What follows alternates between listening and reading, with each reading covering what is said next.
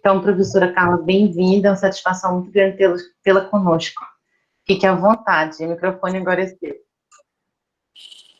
Boa tarde a todos e todas. Primeiro, eu agradeço o convite e é uma honra imensa participar do seminário no Observatório. Admiro muito o trabalho da professora Carolina, da professora Carol, então eu me senti prestigiada com o convite, sobretudo por ter também a oportunidade de conversar sobre um tema que talvez no momento anterior a essa pandemia nós não conseguíssemos efetivar tantas reflexividades como agora é possível. Esse tema é um tema que eu converso odiernamente com os meus alunos do mestrado, na disciplina que nós temos lá. Então, para os nossos alunos aí de graduação que estão nos assistindo, já é uma prévia de algumas discussões que nós travamos lá sobre a expansão do direito social ao trabalho na Amazônia. A proposta aqui é discutir um pouco dessa dimensão, né, das várias dimensões do hiperfuncionamento do trabalhador e, pontualmente, nós vamos falar um pouco, dar um pouco mais de atenção à reflexão da jornada da mulher nesse contexto de pandemia, considerando que nós migramos, né, não como uma opção nos contratos de trabalho, mas basicamente como uma opção de vida, né? Nós mudamos para o teletrabalho. Até agora muitas atividades já estão retomando, né? Mas via de regra nós estávamos no teletrabalho, a grande maioria dos trabalhadores. Então a proposta aqui vou agora pedir para a gente passar para a lâmina 2, para o slide 2, por gentileza.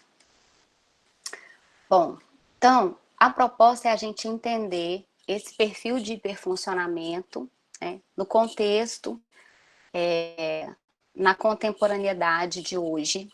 Existe um eixo migratório, né, do perfil do trabalhador, do perfil da trabalhadora. Então, para a gente entender essa dimensão, as relações que existem entre o trabalho, a carreira, né, e a família dos trabalhadores e da trabalhadora, e como que esse hiperfuncionamento vem interferindo no nosso direito à desconexão, que hoje, basicamente, com essa migração para o teletrabalho, praticamente nós não temos a desconexão, né? Propor uma reflexão da desconexão enquanto um direito e enquanto um dever do empregador, e não provocar o empregado a satisfazer aquela demanda. E no final, eu pretendo discutir um pouco sobre a violação dos projetos de vida e da vida das relações, com um gancho para o dano existencial, né? Uma das espécies de dano extrapatrimonial que hoje foi expressamente inserido na CLT. Hoje que eu digo após a reforma trabalhista de 2017. Bom, então nós vamos fazer uma digressão dos temas, nessa ordem que eu comentei com vocês, falar um pouco sobre essa questão da própria tirania do tempo, né? A mudança da visão que nós temos do tempo. A gente vive hoje sobre a tirania do tempo, né? Sempre para ontem, né? Tirania do tempo e da urgência. E algumas discussões sobre o teletrabalho, né? Desde do esvaziamento da representação simbólica da desconexão que nós não temos ao falar do teletrabalho, né? Até as multi-identidades assumidas pela trabalhadora mulher, também pelos trabalhadores no modo geral, né? Causando essa confusão de identidades, né? Diante desse quadro que nós vivenciamos hoje da pandemia. Então, vamos passar para a lâmina, para o slide 3, por favor. Então, vocês sabem que o teletrabalho, né, é uma figura, não é uma figura nova na CLT. desde 2011 já apareceu na CLT disposições sobre os controles telemáticos de jornada para fins de configuração ou não da típica relação de emprego. Então, desde 2011, o artigo 6º da CLT já recebeu essas disposições. Mas após a reforma trabalhista, Lei 13.467 de 2017, expressamente a CLT recebeu alguns dispositivos que na colocação do texto 75A da CLT, dispondo sobre como se configura o teletrabalho. Em linhas gerais, há uma substituição da presença física pela rede. O conceito legal consta do artigo 75, né? Há uma preponderância da prestação de serviços fora da unidade física do empregador, das dependências do empregador e sempre com a utilização das tecnologias. Então, esse conceito legal. Tem outros desdobramentos que a gente não vai refletir, mas a gente também já tinha outras formas de trabalho fora das dependências do empregador, né? Desde o trabalho a domicílio, lá com as costureiras de facção, a várias outras figuras. Uma das características muito marcantes que foram inseridas pela reforma e que nos chamam a essa reflexão sobre a desconexão, né, zero, é justamente porque a própria reforma, ela excluiu do controle de jornada, lá no artigo 62, inciso 3º, os trabalhadores no regime de teletrabalho. Inicialmente, qual que é o efeito disso? Nós não temos o controle de jornada a priori e não tem aferição, então não se falaria no direito à percepção de horas extras. Então, a gente fala numa jornada 24 por 7, 24 por 7 por 12, 24 horas, 7 dias na semana, 12 meses ao ano. Não haveria que se falar na medição, na aferição dessa jornada de trabalho. Essas são algumas peculiaridades do teletrabalho. Bom, quando a gente fala de teletrabalho, a gente está falando do virtual, né?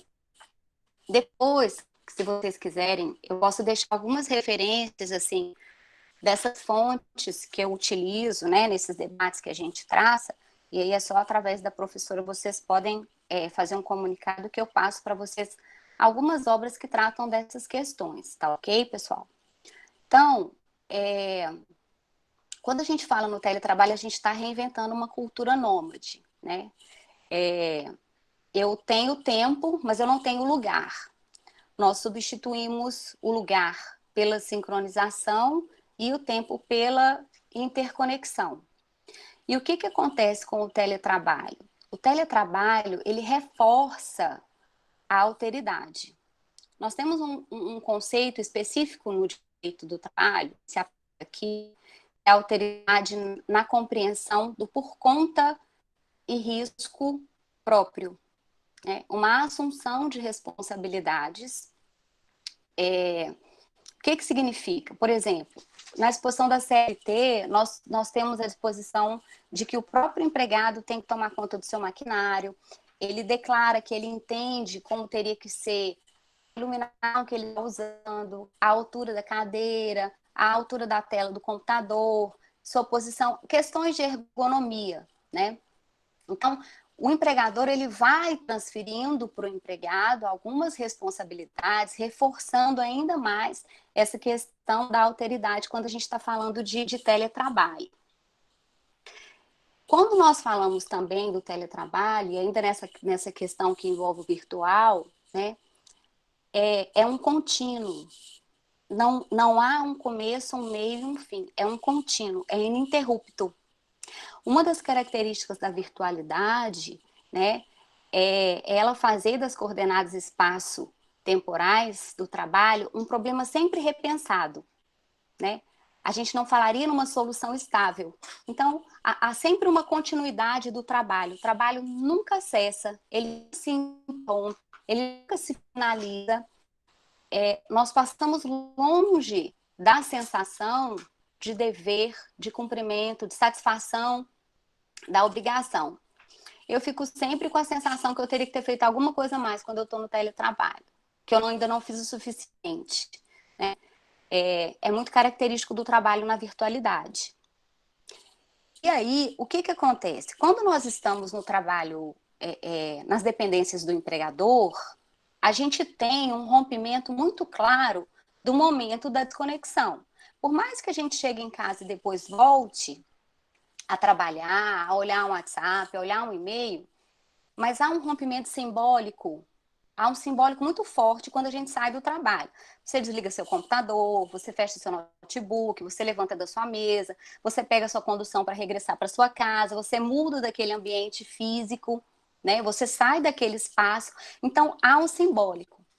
Agora, veja, quando a gente fala no teletrabalho, há um esvaziamento desse simbólico da desconexão. Percebe? Né? Essa representação simbólica da desconexão no trabalho, ela não existe quando a gente está falando do teletrabalho. E isso já é um ponto que confirma ainda mais a situação do contínuo que eu havia comentado, né? E aí a questão é interessante porque, assim, talvez nós não conseguíssemos pensar nisso se não tivesse sido forçados, né, a acolher o teletrabalho como opção de vida, né? Porque na inexistência de um bloqueio farmacológico que nós não temos ainda, o isolamento, o distanciamento, foi uma opção de vida. Porque, regra geral, para um trabalhador ir para o teletrabalho, ele faz uma opção, ele tem um perfil, ele tem aquela característica, ele foi treinado, ele sabe, ele entende que aquilo, por mais que tenham vários contra, para a situação de vida daquele momento, daquele empregado, seria o melhor. Inclusive tem que vir escrito, ele faz a opção, nós editamos o contrato de trabalho. Isso não aconteceu no contexto que nós vivemos hoje com a pandemia. Então, assim, não houve tempo de rearranjo. Vocês tiveram tempo de rearranjo? Eu não tive tempo de rearranjo. A gente foi precisando, nesse contínuo ininterrupto, atender a essas demandas, né? E o pano de fundo ainda, o assujeitamento e a pressão ainda era qual? Estou preservando a minha vida, né? Estou preservando a minha saúde. Que bom, né? Mas esses problemas não são ocultos, existem. Vão tocar os aspectos, muitas vezes, de um ponto pouco... a um ponto que pouco se dá atenção, né? Que é a saúde mental do trabalhador. Né? A saúde mental do trabalhador, da trabalhadora.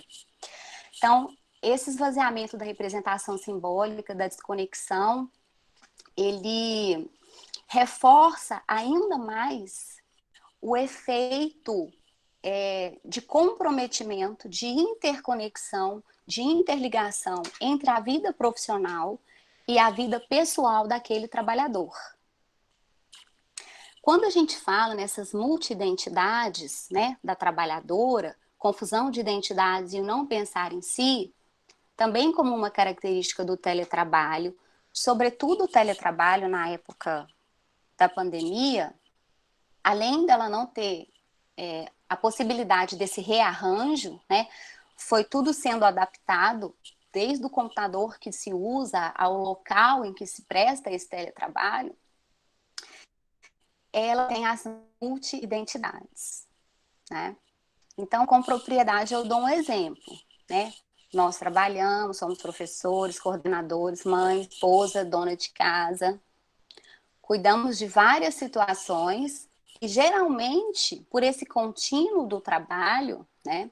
Por essa sensação e por esse dever de pertencimento ao próprio trabalho, quase não se sobra tempo para um olhar para si, para um cuidar de si. Então, essas multidentidades, eu pediria que nós passássemos para próximo slide, de número 4. Eu coloquei aí, e eu acho que nós conseguimos nos ver, né? Homens ou mulheres com essas características, né? O perfil da trabalhadora, e aí a gente já começa a falar um pouco assim dessa migração do perfil do trabalhador nos dias atuais, da trabalhadora. Nós somos jogadores de equipes multifaces, somos pan-ocupacionais, já éramos. E agora, forçadamente, precisamos ser, né? Então, veja, e aí as figuras são simbólicas, né? Ela faz comida. Então, esse primeiro desenho, à esquerda, metade da roupa é a roupa da mulher no trabalho, então ela o computador, ela faz várias coisas, né? Que é uma realidade que eu acho que todos que estão aqui, se não por si, mas pelos seus próximos, conseguiram ver, né? Então, vai além, quando a gente fala no teletrabalho do Covid, da dupla, da tripla, da quadra jornada que a mulher tem, né? E aí vem essas multi-identidades. Então, a gente discute, assim, a relação do tempo com os direitos sociais, né? Essa autodeterminação, essa autodeterminação se esvazia, né? Ela assume a responsabilidade pela alteridade, mas ela pouca chance tem de deliberar por si, né?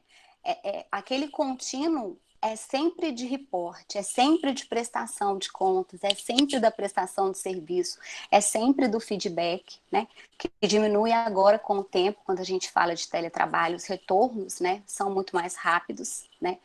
E aí a gente cai na sensação, na reflexividade sobre o esgotamento, né? É uma constante sensação de esgotamento humano. Uma constante sensação de esgotamento humano. Vamos passar para a próximo slide. Slide 5, por favor. Aqui no slide 5, o que nós temos? Flexibilidade paradoxal em um contexto complexificado. O que é isso? Eu chamo e entendo que é a liberdade falseada. O que é a liberdade falseada? Ela vem muito típica no teletrabalho, né? Que é aquela sensação que você está com um super tempo livre, que você pode fazer o que você quer, na hora que você quer, que vai dar tempo de você fazer tudo, né? Só que, assim, exige muito, mais uma vez, né? As exigências em cima da trabalhadora, essa organização do tempo, porque é uma novidade, operar em teletrabalho, para muitas. Então, a gente não foi treinado para isso, a gente não foi capacitado, a gente não entendeu como se deveria fazer, né? Porque quem, como eu disse no começo, fez a opção pelo teletrabalho, muitas vezes o próprio empregador foi ali, verificou, forneceu um maquinário, ainda que como depositário, né? Com a responsabilidade do equipamento. Mas esse teletrabalho colocado, para não dizer jogado, né? Com a nossa alça de vida, porque era a opção que tínhamos, e aí eu digo que a gente tem sempre que trabalhar com o que tem, é uma realidade, né? Mas é uma liberdade falseada. É o tempo inteiro, é full time. Então, por isso vem essa sensação, talvez, do esgotamento constante e dessas multi-identidades, né? Só que isso surge desde um pouco antes, né? Os trabalhadores, no modo geral, a gestão nas organizações já vinha moldando os trabalhadores para algumas características que hoje nós experienciamos. Então, as mudanças na gestão, né, do modo de trabalho, elas mesmas foram transformando esse trabalhador, né? Então, é muito importante destacar, de um modo geral, de qual trabalhador nós estamos falando. Existe um eixo migratório do trabalho na contemporaneidade, que hoje nós discutimos, né? Então, nós tínhamos um trabalho, eu coloquei aqui esse quadrinho à esquerda, né? Menos excelência e mais reatividade. O trabalho hoje, ele exige uma total reatividade. Você antecipa-se, inclusive, aos problemas que podem aparecer, né?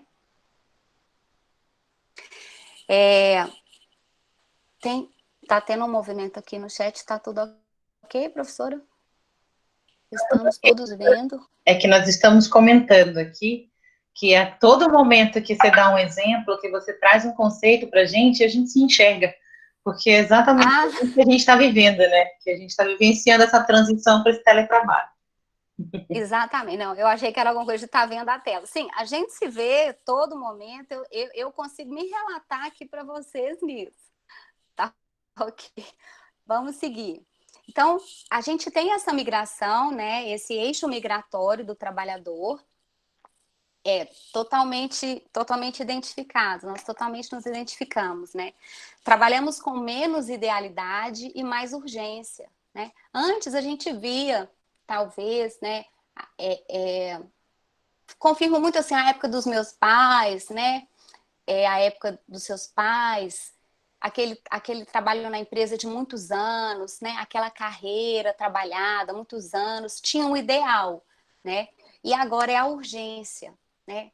Tem opiniões, tem posições, né, nas esferas da área de administração que põe até um marco temporal que seria o suficiente para você permanecer numa empresa, né? Então, antes a gente buscava se realizar, né? Hoje a gente busca se superar, percebem?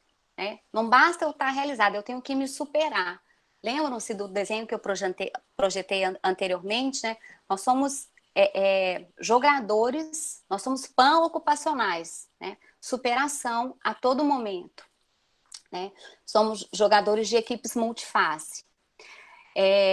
Nós buscávamos a perfeição no trabalho. Hoje, a gente busca a excepcionalidade dos resultados. Não basta fazer. Eu tenho feito o meu melhor e me superar ainda no melhor que eu fiz, né? Tínhamos a durabilidade, que era o ser. Agora nós temos o efêmero, que é o fazer. E nós tínhamos a resistência, agora nós temos a excelência. Então, todos esses fatores são característicos do trabalho hoje na contemporaneidade, né? Seja nas gestões de empresas públicas e nas empresas privadas.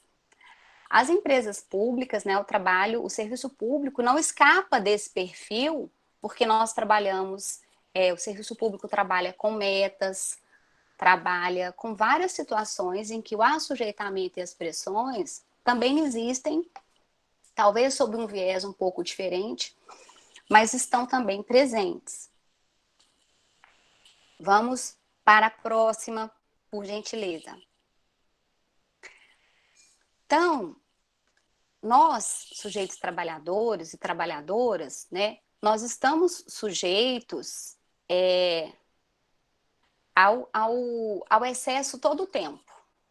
O demais nunca é o bastante. Já ouviram essa frase? Né? O demais nunca é o bastante. Você é capaz de mais, você pode, né? Siga, né? O limite não é esse, né? Como sujeitos desse ritmo acelerado do tempo. E aí, lembram-se que nós falamos da tirania do tempo, né? A nossa relação com o tempo hoje, qual que é? É uma relação de insuficiência. Não está dando tempo para nada, eu não estou tendo tempo para nada, né? Quem já disse essa frase, né? Eu sou o layout dessa frase a todo momento, né? Rapidez, urgência para ontem, né? É para ontem. E imediaticidade. E aí nós entramos na sociedade, a gente chama de hipermoderna, né? Mas nós estamos nesse contexto da contemporaneidade para esse hiperafirmar todos os excessos que nós vivemos hoje, né? Sociedade dos excessos e da urgência, né? Então, a gente é igualmente uma sociedade de hiperparadoxos, sobretudo no trabalho, né? Então, ao mesmo tempo que existe mais irresponsabilidades por conta, talvez, do efêmero, nós temos um aumento de condutas responsáveis, né? Temos mais e mais informação, mas temos menos estruturação. Nós somos mais adultos e mais instáveis, né? Mais ideológicos e mais tributários das modas. Menos ideológicos, perdão, e mais tributários das modas. Sempre nesse pano, né? Sempre nesse painel, nesse fundo do efêmero, do rápido, do urgente, né? Do já foi. Mais abertos e mais influenciáveis, mais críticos e mais superficiais, né? Temos multi-especialistas de todos os assuntos, aptos e prontos a tecer as críticas de todas as naturezas, né? Inclusive as de cunho científico, não é verdade? E mais superficiais, mais céticos e menos profundos. Quando a gente fala dessa relação nossa com o tempo, teve uma dissertação de mestrado que eu estudei com muito carinho quando eu fui fazer meu doutorado, que falava sobre esse hiperfuncionamento do indivíduo. O pessoal que faz a disciplina no mestrado comigo sabe sobre esse trabalho. Fazia um estudo sobre esse hiperfuncionamento e trabalhadores que pelo excesso de trabalho, né, uma parte da dissertação estudava só os infartados pelo excesso de trabalho. E na volta, quando sobreviveram, né, por óbvio, ficava se perguntando assim, como que eles se sentiam. E por incrível que pareça, muitos dos depoimentos que constavam eram no sentido da pessoa ter compreendido que por ela ter sobrevivido a um infarto, né, ela agora ela era mais forte ainda, entendem? Ela era praticamente um super-herói por não ter sucumbido. Então, assim, nós estamos num tempo de excesso, de urgência e de superação, que até a morte a gente se sente na obrigação de superar, né? E a nossa relação com o tempo é assim, o tempo, ele era medido, por exemplo, você tinha um começo, né? Mira uma seta, assim, uma reta, então você tinha um começo, um meio e um fim. Imaginemos a figura, assim, de uma reta, né? A gente tinha um começo e um fim. Depois, né, com a evolução, as demandas, as novas formas de trabalho, né, os novos contextos econômicos, sociais e políticos, a gente vai tendo essa migração, do tempo. O tempo, ele vira um círculo, já esse contínuo, como eu falei, né? Começo, meio e fim, começo, meio e fim, começo, meio e fim, e eu não paro. E hoje, o que simboliza o tempo para a gente dentro dessa urgência? É um ponto. Passou, acabou. A urgência, a demanda é tão grande, né? Que eu tinha uma seta, eu tinha um círculo, agora tem um ponto. Passou. A nossa relação com o tempo é assim, né? Tirania do tempo, a urgência a todo momento. Então, essa simbologia, eu acho ela interessante quando a gente fala do tempo, né? Da nossa relação com o tempo. Vamos para o próximo slide de número 7. E para falar desse tempo, né, já que nós estamos falando do teletrabalho, desse rompimento da desconexão, desse hiperfuncionamento do trabalhador, né, como que então eu tenho assim, eu tenho o tempo de vida e o tempo de trabalho. A priori, isso é quase objetivo, né? Eu tenho o tempo que eu estou trabalhando e o tempo que eu não estou. Então, é o tempo de trabalho e os intervalos. Intra ou interjornada. Basicamente, seria isso. Só que vocês concordam que mesmo antes da opção pelo teletrabalho, já tinha um efeito Moebius nessa divisão. Porque a gente pegava os meios telemáticos e levava para casa. Mesmo quando tinha um rompimento do simbólico para desconexão. Você sempre atende o telefone, você sempre atende o WhatsApp, você sempre dá uma olhada no e-mail. Quem aqui já olhou o e-mail antes de voltar das férias? Quem olha o WhatsApp antes de retornar para a jornada, né? Fixada no dia seguinte ou no final de semana, para ver o que aconteceu, para não posso ficar para trás, né? Eu tenho que ver o que está acontecendo. Então, assim, esse tempo de vida e de trabalho, ele se misturou, ele vira um tempo relacional, né? Então, por óbvio que a gente vai ter o quê? O modo de funcionamento profissional, ele vai se relacionar com o modo de vida privada, porque a gente não promove mais esse rompimento. Raras são as pessoas que conseguem se desconectar, raras são as pessoas que conseguem executar. É o direito à desconexão, e aí nós temos várias compreensões, vários estudos, temos livros sobre isso, isso pode ser tema depois de um outro debate, de uma outra aula, de um outro seminário, né? E tem a corrente que é o dever da desconexão, porque veja bem, se você tem um contrato de trabalho caracterizado pela subordinação ou assujeitamento, né? Se chega uma demanda do seu empregador, da sua chefia, você vai responder. Eu respondo. Você responde. Você não vai, vou responder o dia seguinte. Como regra geral, todos nós nos mostramos aptos a uma resposta altamente imediata. Por isso a gente falaria no dever de desconexão, que passaria pela compreensão de não se demandar aquele empregado num horário que não fosse o horário de trabalho dele, ou um horário combinado, alguma situação. Então, isso a gente chamaria do vívido laboral. Então, assim, esse cenário vai desencadear uma série de problemas, uma série de reflexões, uma série de situações para esse trabalhador. Porque vocês concordam que existe relação? Né? Existe relação, por óbvio. Então, nós passamos a falar de algumas patologias da urgência, né? Então, eu elenquei 4 situações: patologias da urgência, dos excessos, as toxicomaníacas e as sociais de exaustão. Essas patologias da urgência, né, como um desdobramento dessa ausência de rompimento desse tempo relacional entre tempo de vida e tempo de trabalho, são as patologias de urgência, são tempo e ação. Todas essas urgências, todo esse modo contínuo de hiperfuncionamento. Os excessos, eles reverberam nos limites corporais ou alimentares. Tudo em excesso, né? Então, ou eu deixo de comer em excesso, ou eu como em excesso, tudo em excesso. É desmesure, né? A gente vive a desmesura, o excesso o tempo todo. O nosso córtex é de desmesura, né?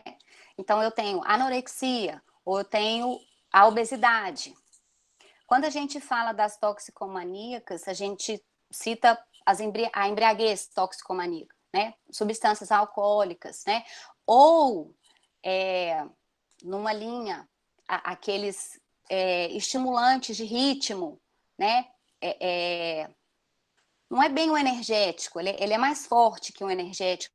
Esses estimulantes de disposição, né? Tem um nome, eu esqueci agora o nome, se alguém lembrar, coloca aí para mim, que são assim, que até já passaram várias reportagens, que às vezes o pessoal que tem que dirigir, virar à noite trabalhando, precisa tomar, para se manter ligado, né, para se manter ativo. É cafeína, mas são essas situações de... Estão colocando vários nomes aqui. Acho que colocaram o nome até de um antialérgico, mas são esses excessos, né, que a gente passa. Então, assim, e as patologias sociais de exaustão, que vão chegar, por exemplo, na depressão ou no burnout, né?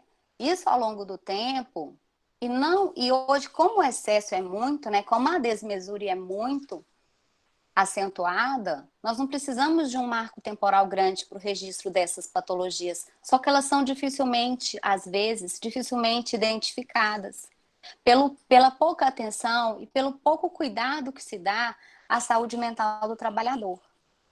Vejam bem, o trabalhador, né, ele tem um cuidado com a saúde física. Então, por exemplo, assim, o nosso próprio judiciário, ele já atenta por um cuidado com a saúde física do trabalhador. Por exemplo, temos já uma resposta. O plano de saúde não cobriu a cirurgia que aquele trabalhador precisava fazer no braço. Então, vá lá e determine em tutela que se faça aquela cirurgia. Então, nos braços, né, da dignidade, que nós temos o direito do trabalho, dentro dessa grande proteção dos direitos humanos, né, e o fundamento da dignidade da pessoa humana, que vem lá desde os fundamentos, como valorização do trabalho humano, e depois lá também na ordem econômica, no artigo 170 da Constituição, enquanto fundamento da ordem econômica, né, tanto o valor social como o fundamento da ordem econômica.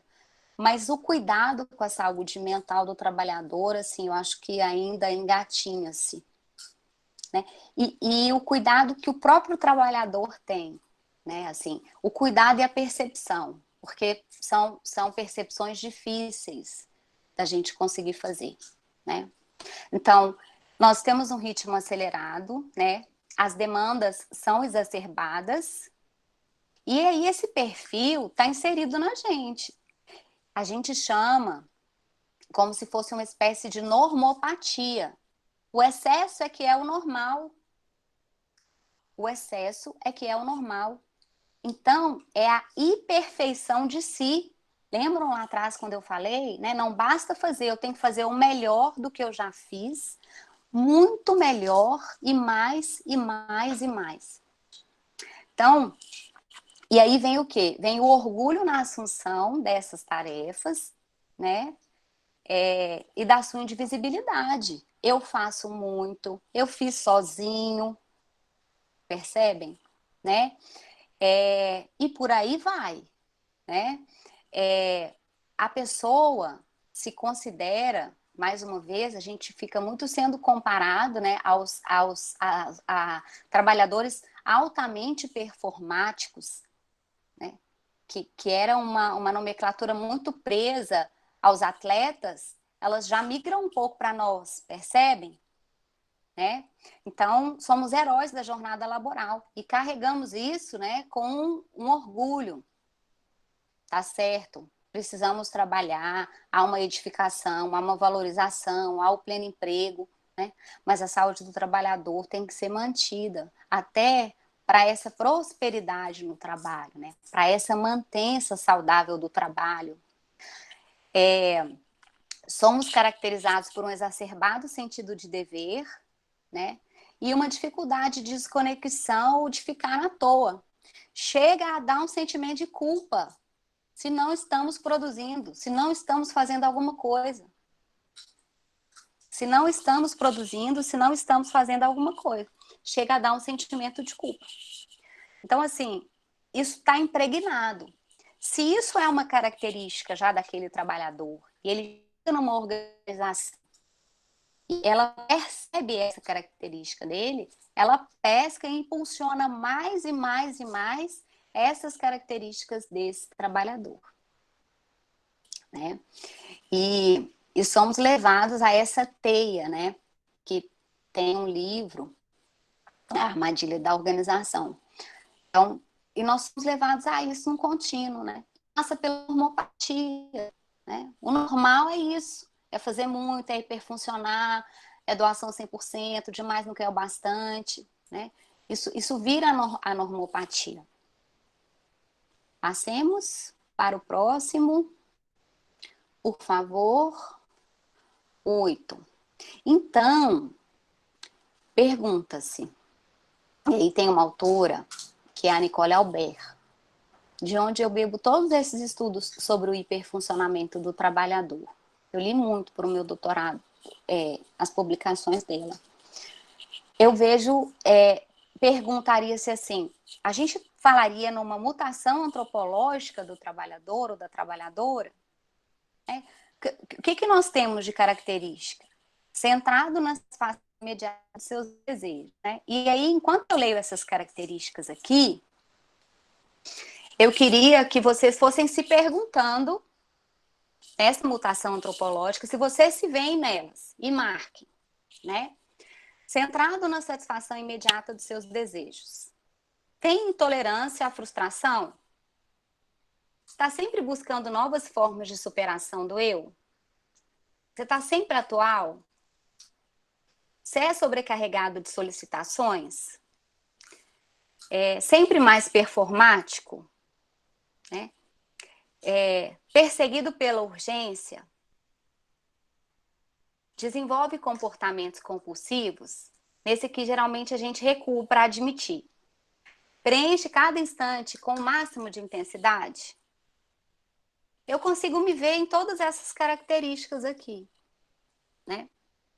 E aí eu fico me perguntando se isso é bom ou não, considerando que eu estudo um pouco sobre isso, né? Mas são características, né? São características do trabalhador nos tempos atuais, da trabalhadora. São características de trabalhadores performáticos e que já estão na normopatia. Aqui a gente talvez falasse no pertencimento. E aí, nós vamos passar para a próxima, por favor. E feito esse panorama inicial, eu começo a falar um pouquinho aqui dos desdobramentos entre a relação do trabalhador e sua família, a amplitude da dimensão espaço-temporal do trabalho, carreira, vida pessoal e o trabalho da mulher. Bom, pessoal, conseguimos perceber que o trabalho adentra ao tempo de vida pessoal e, portanto, familiar? Cheque. Sim, percebemos. Confere? Percebemos, né? Por quê? Eu saía do trabalho, ia para casa e, assim, mesmo que eu tinha um rompimento simbólico, eu levava aqueles problemas todos na minha cabeça. E aí eu continuava, mesmo em casa, mesmo no seio do ambiente familiar, eu continuava com a resolução mental dos problemas pendentes do meu trabalho. Agora, com a ausência do simbólico da desconexão, eu não sei nem dizer que momento que a resolução deixa de estar presente, a resolução mental deixa de estar presente com o trabalhador e com a trabalhadora. Porque além da resolução mental dos problemas do trabalho, ela tem, né, nesse período da pandemia, ela tem e teve a obrigatoriedade de resolver vários outros problemas nas multidentidades.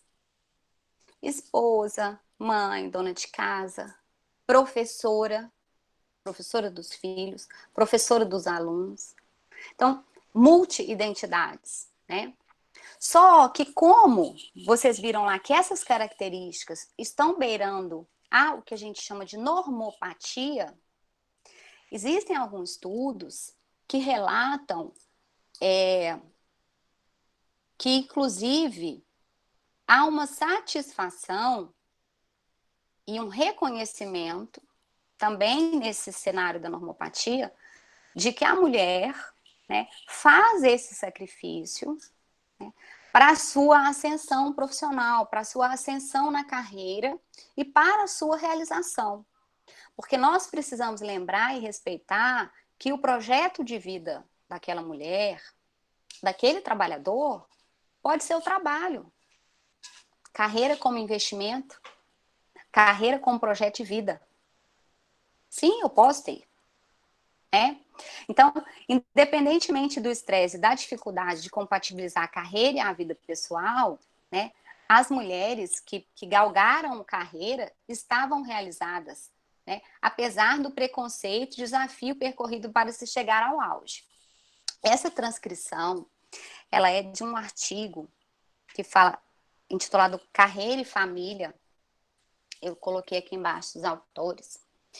E também posso depois disponibilizar para vocês, que fala justamente dessa relação do hipertrabalho, né, e da colocação da carreira num status de relevância muito grande para aquele trabalhador ou para aquela trabalhadora, por conta desse perfil profissional que foi formado ao longo do tempo.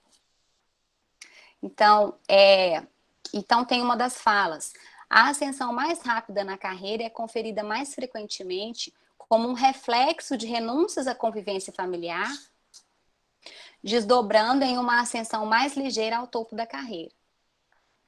Então, são situações em que são feitas opções e vem aí, então, né, mais um assujeitamento, porque ela vai receber as críticas, porque trabalhou muito, porque não ficou com os filhos tanto tempo, porque não se dedicou ao relacionamento conjugal. E no caso da mulher, como um desdobramento, né, da própria sociedade, e aí eu não vou entrar nessa questão, porque não é o tema do nosso seminário, mas vejam, se nós temos uma mulher que se divorcia, nós temos uma mulher que se separa e alça uma carreira, foi um fracasso. Se é um homem, né, foi um sacrifício e vem como um layout de vitória. Percebem? Né? Então, são outras questões que, num outro momento, né, e com quem tem a propriedade para discutir também essas questões de gênero, mas nessa questão do hiperfuncionamento, nós podemos falar, né, que essas falhas. Em um outro lado, a mulher é altamente criticada, altamente condenada, né? E a figura masculina se exalta, não, fez aquele sacrifício pelos filhos, né? Até mesmo pela família, né? Então, também já são outras questões, mas que também nós temos, né? Nessas multi-identidades e nesse panorama de hipertrabalho da mulher, tá? Passemos a nossa lâmina 10, ao nosso slide 10, né? Aqui, reforçando, então, o panorama da multiidentidade da mulher no teletrabalho, né? A relação com o aumento das responsabilidades, a sobrecarga de trabalho, as tensões, né? A ausência do convívio com a família. Aqui, nós temos uma situação, e abrimos aqui um parênteses para falar das situações que com o teletrabalho, nós tivemos, existem vários dados, né, que confirmam o aumento da violência contra a mulher, né, e todos esses desdobramentos, né, teve aumento da violência contra a mulher, aumento da violência contra a criança, né, contra os idosos, né, agressões aos vulneráveis, né, de um modo geral. Então, assim, esse convívio familiar no teletrabalho, ele, como a gente, não foi uma opção, percebem? Né? Então, não houve um tempo de uma organização. No máximo, se fez foi um rearranjo. Né? E essas características ao lado aqui são características típicas do trabalhador em ascensão, né? Apesar da insatisfação pela supressão do tempo de convívio ou dedicação familiar, né? O afã de se chegar ao topo da carreira ou manter-se nela, características de um hiperfuncionamento, de trabalhadores altamente performáticos, né? A mulher tem essa característica porque ela compete em patamar de desigualdade, então ela precisa ser altamente competitiva, né? Com ela e com os outros e com as outras, né? Manter o próprio status inerente à atividade laboral e assim, percebem, né? A mulher, ela, o homem também, de um modo geral, quando a gente está falando de hiperfuncionamento laboral, né? Sempre manter boas relações sociais e uma edificada estrutura de família, nem que seja proforme, nem que seja para de aparência, digamos assim, né? De aparência, digamos assim. Então, assim, as demandas não cessam, as demandas tanto do vívido laboral como do tempo de vida não cessam para a mulher, não cessam em nenhum momento para a mulher. Vamos seguir para o 11. Acho que eu repeti aqui. Não. Bom, vamos lá. Então, o sentimento de culpa, que eu já havia comentado com vocês, né? O sentimento de culpa e de que sempre poderíamos fazer um pouco mais, né? A mulher sofre as críticas pela ausência, né, no cotidiano familiar,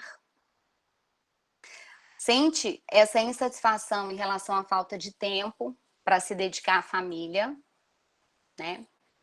Todas essas características vão repousar em uma daquelas patologias que nós citamos lá em cima em algum momento, né? O que eu tenho, o que essa mulher tem, o que essa trabalhadora tem no seu perfil, né?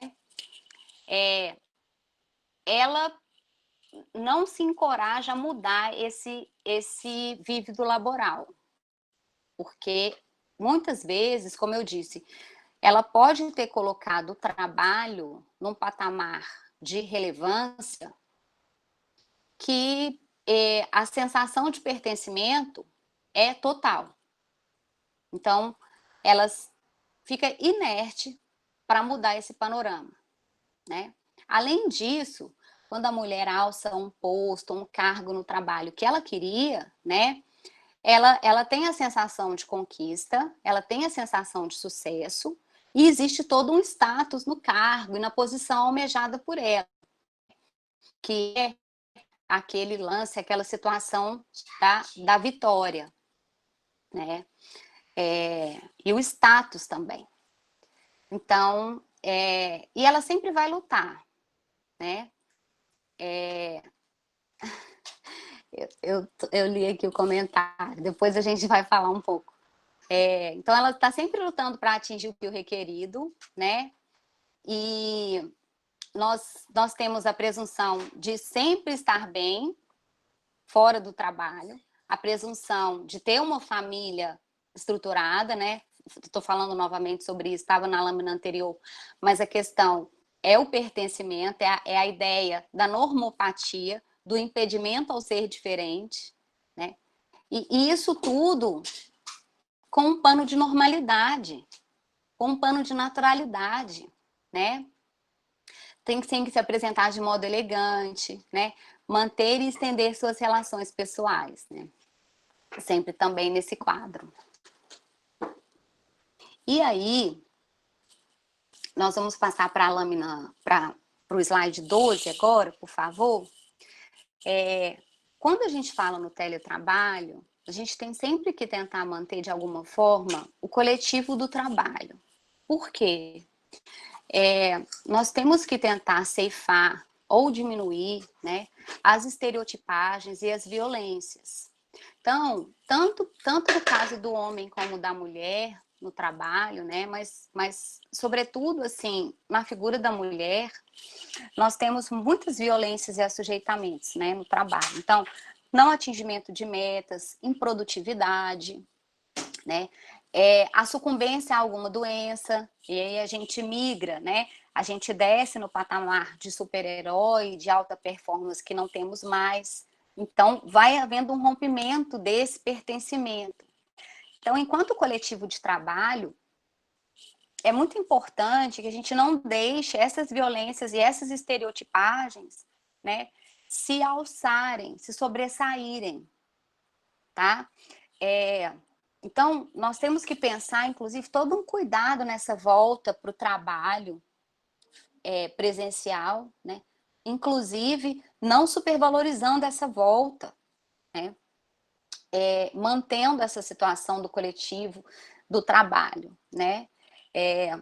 Não desintegração do coletivo do trabalho, porque a questão da violência, né? Vários vídeos foram lançados, né, nesse tempo, alguns mostrando formas da mulher comunicar que estava sofrendo alguma violência, que estava sendo ameaçada, né, várias campanhas. Então, tudo isso, porque às vezes, quando a mulher está no ambiente físico, ela consegue, né? Ela pode ter uma pessoa de confiança, talvez, para falar. E no ambiente virtual, né? Quando, por exemplo, a gente está numa reunião remota, é muito importante também que haja uma rede de compartilhamento para essas percepções, e aí de um colega, de uma colega de trabalho para com o outro. A gente possa perceber essas situações em cada caso, né?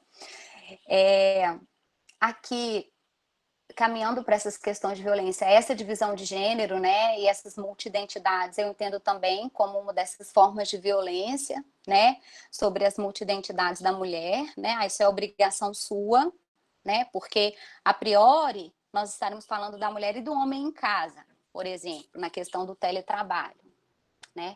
Então, o homem trabalhou o dia todo no escritório, fez tudo o que tinha que fazer, e a mulher fez tudo o que tinha que fazer também no seu escritório, para sua chefia, respondeu, resolveu tudo, mas também cuidou da casa, também fez o almoço, fez o café. Então, isso por quê, né? Que essa divisão teria que ser assim, né? Por quê? Então, vai cuidar dos filhos, fazer a tarefa com os filhos, né? E também aqui a gente cai nessa questão do que é natural, né, do famoso sempre foi assim, né, ou do não, na minha época, na época dos pais, né. Aí nós temos também a questão do adoecimento pela hiperconexão, né, e aqui vão desde as questões físicas, né, pela estrutura ergonômica do trabalho, até os esgotamentos mentais, né, essa eterna sensação e profunda sensação de cansaço, né, como essa hiperconexão, né. Nessa questão, nós temos o seguinte, o trabalho, ele se modifica, gente, mas a gente tem que saber falar e refletir para dizer se ele evoluiu ou não, né? Então, assim, eu acho muito difícil a evolução do trabalho, né? Evolução do mundo do trabalho. Eu acho modificação, novas características, porque, vejam, a gente pode, inclusive, questionar um assujeitamento tão acentuado como em épocas anteriores, né? Em que o trabalho que veio lá do latim tripalho era visto como punição, sabe? Nós temos que nos questionar desse assujeitamento, dessa hiperconexão que nós experienciamos nesse momento. Porque eu falo, assim, quase todas as minhas apresentações e conversas, assim, nas minhas aulas, eu sempre falo isso, sabe? Nós vamos ter relações afetivas, emocionais, podemos querer nos casar ou não, querer ter filhos ou não, mas a relação trabalhista, grande parte de nós em algum momento vai experienciar. Seja ela uma típica relação de emprego, uma relação de trabalho, um contrato autônomo, um intermitente, o que for, e não se colocou num patamar de flexibilidade, atenção, importância, as discussões em volta dessas relações trabalhistas ainda é muito jejum, ainda é muito novo. Engatinhamos ainda em muitas questões, sobretudo se a gente for comparar com outros ramos, né, do direito. Mesmo no teletrabalho, as dominações através do medo continuam presentes, porque nós continuamos tendo aferições de metas, de resultados, e o assujeitamento ficou sendo ainda maior, porque se eu não consigo o teletrabalho, o que poderia acontecer? Eu estar sujeita ao contágio, né? Nesse cenário de pandemia que nós vivemos, né? Então, nós não podemos permitir essa subjugação dos fatores protetivos no teletrabalho. Por isso que esse coletivo do trabalho fica muito importante, a gente olhar um pouco para o próximo, para o colega de trabalho, e esse coletivo se manter, né? E esse coletivo se manter. Tem outras questões também que nós não estamos a discutir agora, mas que envolvem teleassédio, essas situações todas, e que existem no teletrabalho, que existem na prestação de serviço por meios telemáticos. Eu vou caminhando aqui já para o fim, eu estou com a impressão que meu tempo já está se esgotando, mas eu gostaria de falar pontualmente, como a gente discutiu muito e falou da questão do tempo, onde nós bebemos uma tutela jurídica sobre isso, né?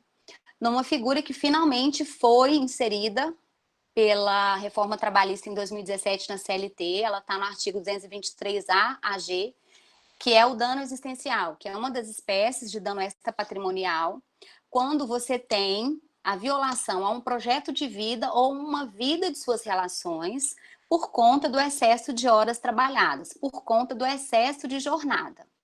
Vocês já ouviram falar do dano existencial? Como ele se configura? Vamos passar para a próxima página, para a próxima slide. Então, eu tenho esse excesso de trabalho, e esse excesso de trabalho compromete a dimensão psicológica de um dos direitos da personalidade, né? Nessa composição biopsicoespiritual do trabalhador. Então, pelo excesso de horas, né, eu não consigo completar ou executar projetos de vida que eu tenho, ou executar vida das relações. Então, reserva íntima, autorrealização, né, estudar, ter um casamento, projetar, programar uma gravidez, né, praticar um esporte ao fim da jornada de trabalho. Então, você é demandado a tanto que você não consegue executar essas situações. E nem mesmo, já passando para o campo da vida das relações, você não tem usufruto do tempo livre. Porque entende-se que o fato de você se desligar de uma jornada de trabalho apenas para o descanso, sem ter nada, sem ter, assim, só o trespasse desse tempo, né? Você também não poderia, você não estaria executando a amplitude dos seus direitos à dignidade, né? Então, você não tem tempo para se desconectar, você não tem o tempo para o lazer, você não consegue passar um Natal em família, né? Você não consegue acompanhar a formatura dos seus filhos, seus pais ou algum parente próximo, um ente querido está numa fase terminal, você não consegue acompanhar naquela fase terminal por conta dessa demanda de excesso de horas trabalhadas, né? Por conta dessa demanda. Então, nós precisamos dar uma atenção para a saúde mental desse trabalhador.